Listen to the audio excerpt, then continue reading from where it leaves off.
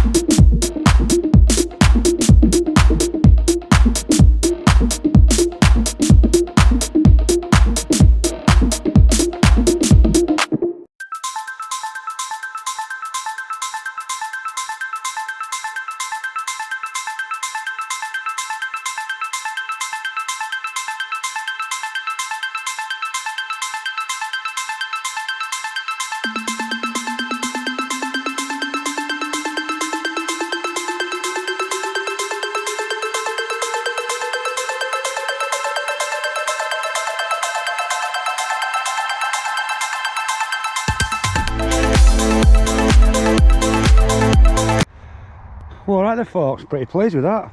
No hitches at all. So I've got myself a nice big cage that I can put a net on. Like I said, I've ordered a net. So it's like 10 foot by 6 foot. So I should be able to get plenty of cabbage in there. We shouldn't be bothered by the cabbage whites this year, and I can walk into it because it's about 7 foot tall. It's a good old strong sturdy one, even though it looks quite flimsy, but it's quite a nice one. So there you go folks, just a little mission achieved tonight after work. See you later.